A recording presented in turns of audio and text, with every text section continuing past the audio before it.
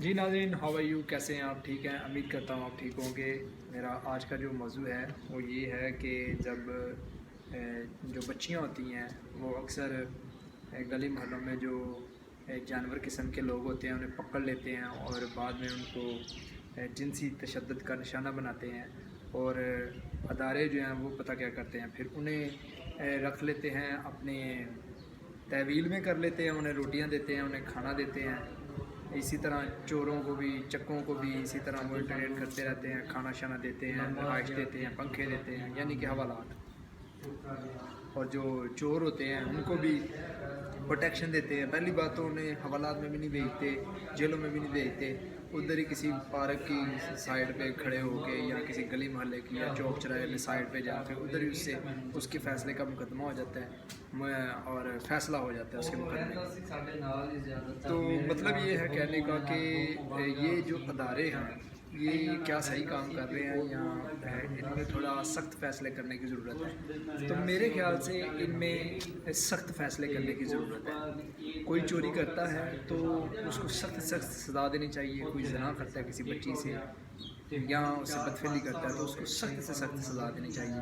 اب ہمارے معاشرے میں کوئی مثال نہیں بن رہی، کیوں بنے، کیسے بنے؟ کیونکہ ادارے اپنا کام اس طرح نہیں کر رہے جس طرح مڈل ایسٹ میں بھی یہی ہے کہ وہاں پہ اگر کوئی کسی کا نقصان کرتا ہے تو اس سے خمیازہ بھگتنا پڑتا ہے۔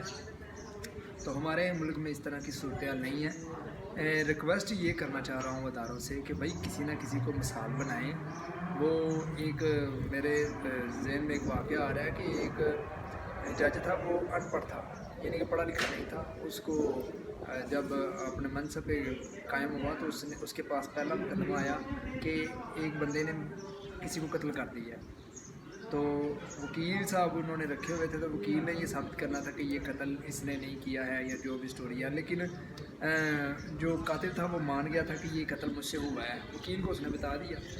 جج صاحب نے فیصلہ پتہ کیا کیا، وہ پڑھا لکھا نہیں تھا، تعلیم نہیں تھی اس کے پاس، اس نے وکیل کو بھی اور قاتل کو بھی اسی ٹائپ سزا دی۔ انہوں نے کہا کہ دونوں کو قتل کر دیا جائے تاکہ قتل کا جو مقدمہ ہے یا قتل کی جو سزا ہے وہ قتل ہے۔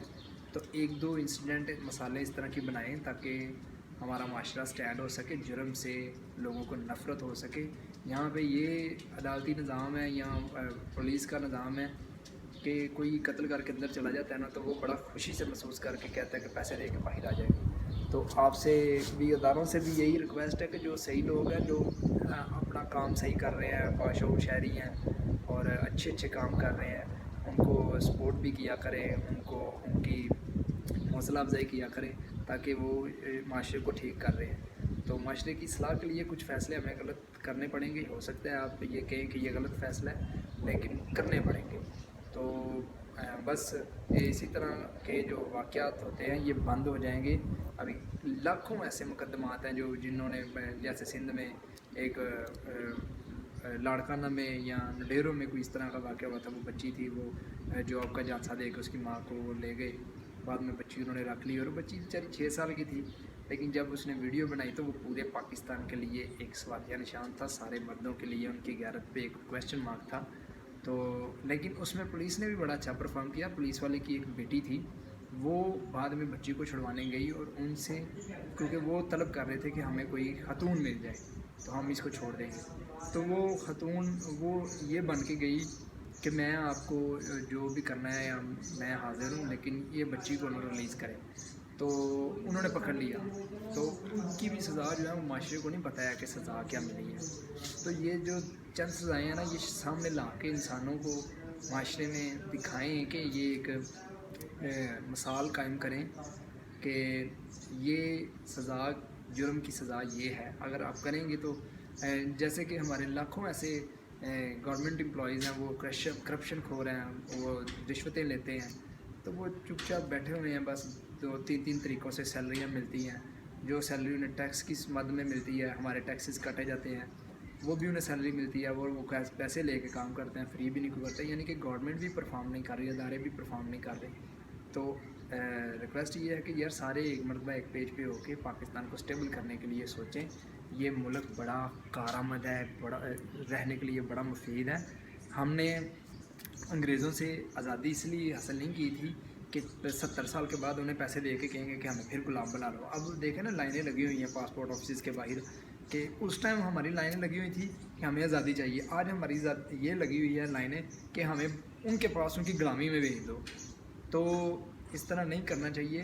ہمیں اپنے ملک کو اسٹیبل کرنا چاہیے. سٹینڈ کریں اپنے ملک کو, اسی میں ہماری بہتری ہے, اسی میں ہماری بھلائی ہے. تو جیسے کہ باہر سارے ملک ترقی کر رہے ہیں, ہمارا ملک پیچھے جا رہا ہے. تو یہ اس میں یہ ہے کہ ہماری کمان صحیح ہاتھوں میں نہیں ہے. تو اپنا اپنا فرض ادا کریں, اپنے معاشرے کو, اپنے محلے کو, اپنے گھر کو ٹھیک کریں, اور تبھی یہ جا کے معاشرہ ایک باشعور معاشرہ بنے گا. پاکستان زندہ باد, پاکستان پائندہ باد.